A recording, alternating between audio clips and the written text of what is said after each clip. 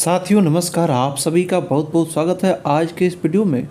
दोस्तों आज के इस वीडियो में कुछ हम लोग बहुत ही बेहद महत्वपूर्ण प्रश्न को देखेंगे जो आपके एग्ज़ाम के लिए बहुत ही वीवीआई और इम्पोर्टेंट साबित होगा।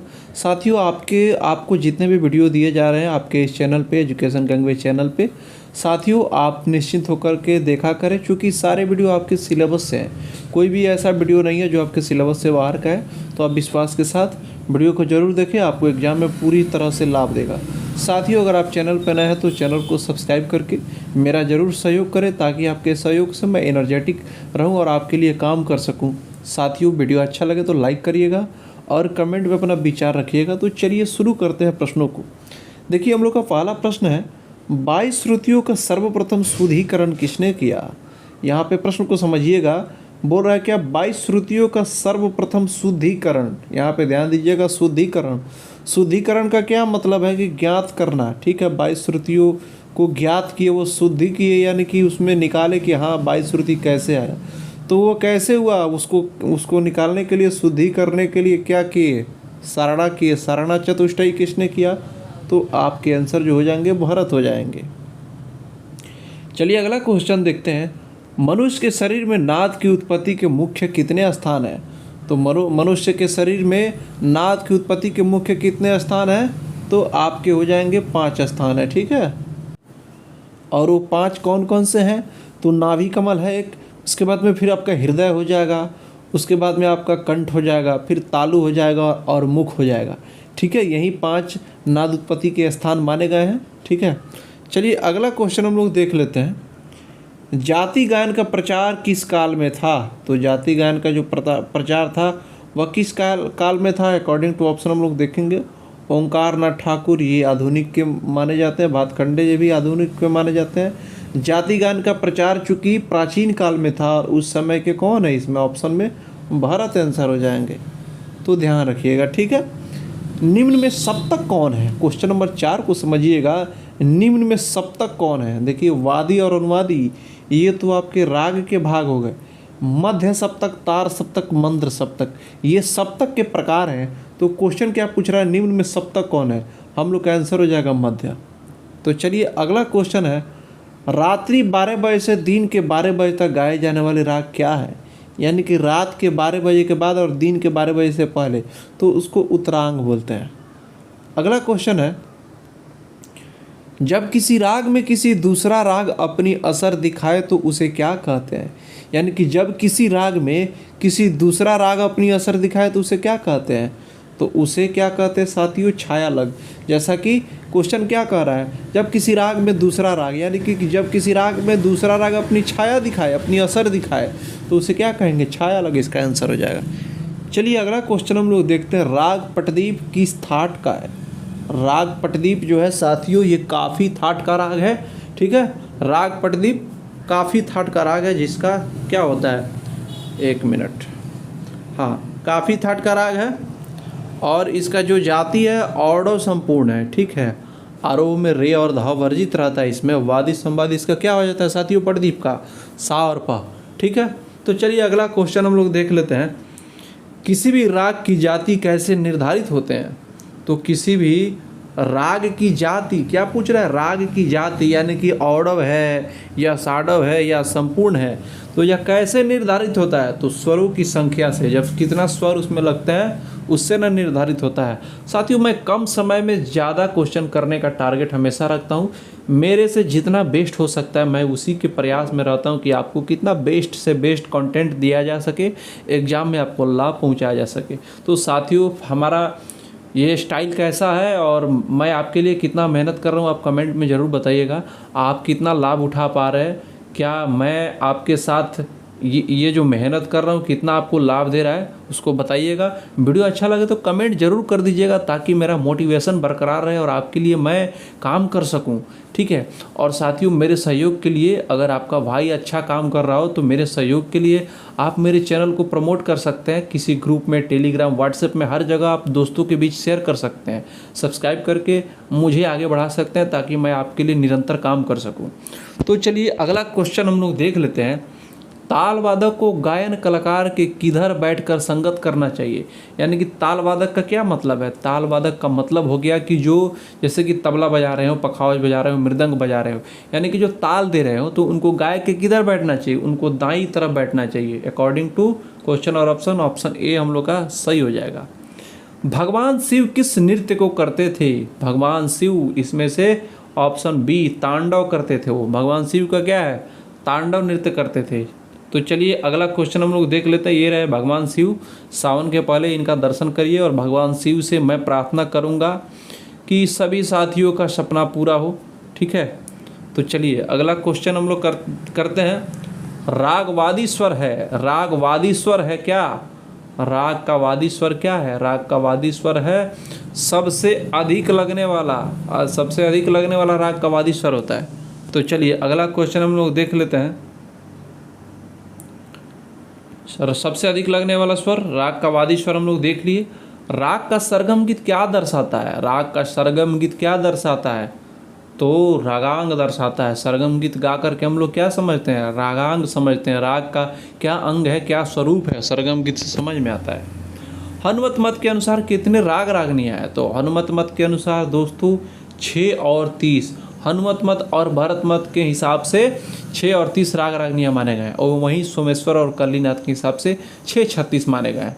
तो चलिए अगला क्वेश्चन हम लोग देख लेते हैं। 72 मेलों को कितने चक्रों में बांटा गया है? तो साथियों इसका जो आंसर होगा 12 आंसर होगा। ऑप्शन सी 72 मेलों को 12 चक्रों में विभाजित किए हैं। धमार गायकी को किस गीति से माना जाता है? तो धमार गायकी को भिन्ना गीति से माना जाता है। चलिए अगला क्वेश्चन हम लोग देख लेते हैं। निम्नलिखित में कलावंत से किसका संबंध है? तो जो कलावंत है ध्रुपद गायक थे, उन्हीं को कलावंत कहा जाता था। अगला क्वेश्चन है मतंग के अनुसार ध्रुपद का जन्म किस गीति से है? मतंग के अनुसार आप ध्यान रखिएगा, यहाँ पे मैं दोनों तरह का क्वेश्चन आपको ला दिया हूँ, जो सारंगदेव माने हैं और मतंग माने हैं।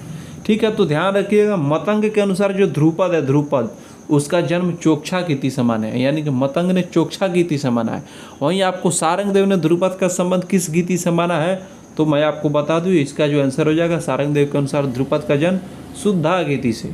ठीक है, तो ध्यान रखिएगा, मतंग ने चोक्षा गीति से ध्रुपद को माना है और सारंगदेव ने शुद्धा गीति से। तो ये चीज़ ध्यान रखिएगा, पूछ लिया जाता है अक्सर ये, और यहाँ पे कन्फ्यूजन हो जाता है। तो चलिए 19 नंबर क्वेश्चन है। ख्याल गायकी के साथ कौन सा वाद्य बजाते हैं? तो ख्याल गायकी के साथ जो बजता है वह तबला बजता है। चलिए अगला क्वेश्चन हम लोग देख लेते हैं। निम्नलिखित में ख्वाजा मुइनुद्दीन चिश्ती का क्या संबंध है? तो जो ऑप्शन है हम लोग का भजन, वायलिन, ये इससे नहीं संबंध है। ये गज़ल के प्रचार प्रसारक रहे हैं हिंदुस्तान में। ठीक है, तो इनका संबंध जो है वह गज़ल से माना जाएगा।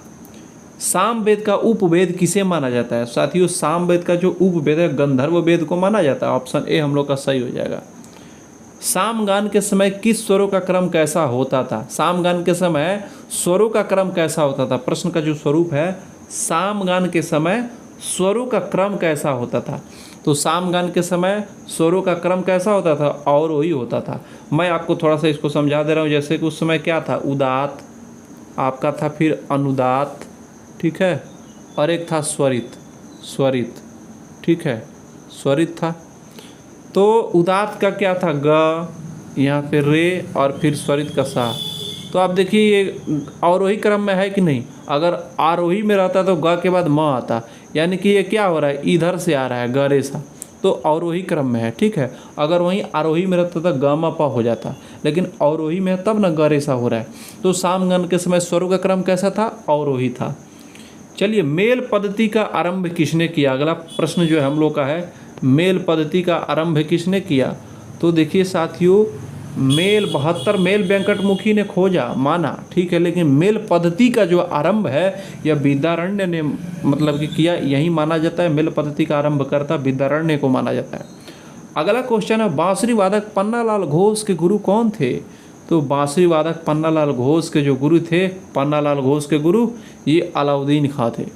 ठीक है, तो चलिए अगला क्वेश्चन है, आतोद्यवाद का संबंध किससे है? यानी कि आतोद्यवाद का जो संबंध है यह वाद्य से 4 प्रकार के सम्मिलित वाद तत्, घन, अवनत, सुशील को भरत ने आतोद की संज्ञा दी थी। तो चलिए अगला क्वेश्चन हम लोग देख लेते हैं।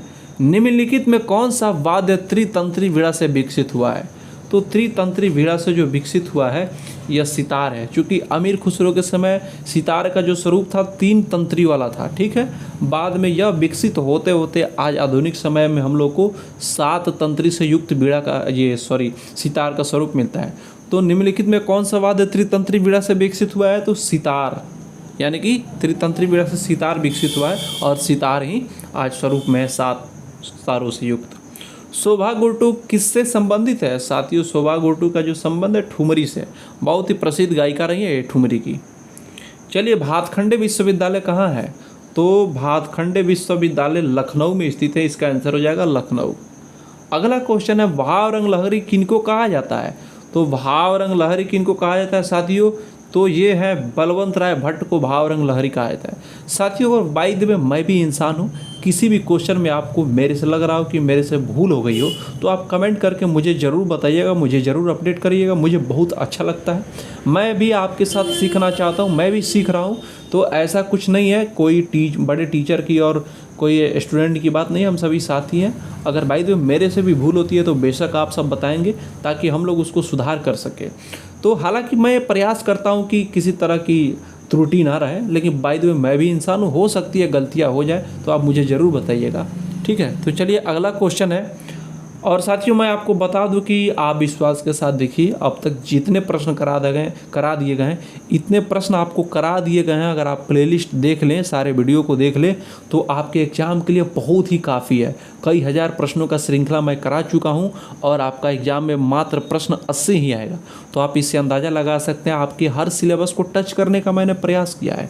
हर जगह से जैसे प्रश्न निकल सकते हैं वैसे निकालने का, वैसे अभ्यास कराने का मैंने पूरी तरह से कोशिश किया है। और आप विश्वास रखिए, आपको एग्ज़ाम में वीडियो से क्वेश्चन देखने को मिलेंगे। आप विश्वास के साथ अभ्यास करिए और खुद से किसी अच्छे पुस्तक को बार बार रिवाइज करते रहिए। तो टेंशन लेने की आवश्यकता नहीं है, एग्ज़ाम में बहुत पैनिक नहीं होना है, आराम से आप एग्ज़ाम को एंजॉय करके एग्ज़ाम दीजिए।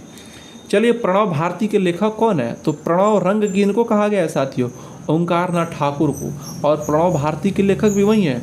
तो विष्णु दिगंबर पलुस्कर, विष्णु नारायण भातखंडे, सवाई गंधर्व ऑप्शन में कोई नहीं है, तो इनमें से कोई नहीं आंसर हो जाएगा, क्योंकि इसके जो आंसर होगा ओंकार नाथ ठाकुर होगा। तो साथियों, आज के इस वीडियो में इतना ही प्रश्न रहा, जो कि VVI प्रश्न रहा।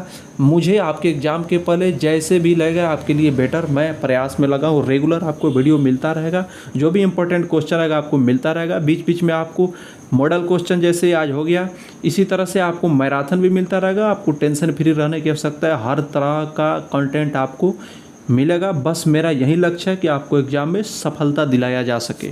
तो चलिए साथियों, मेरे लिए भी दुआ करिएगा और कमेंट में अपना विचार रखिएगा। वीडियो लाइक करिएगा अगर अच्छा लगे तो, और शेयर करके प्रमोट करके मुझे सहयोग करिएगा। तो चलिए मिलते हैं नेक्स्ट वीडियो।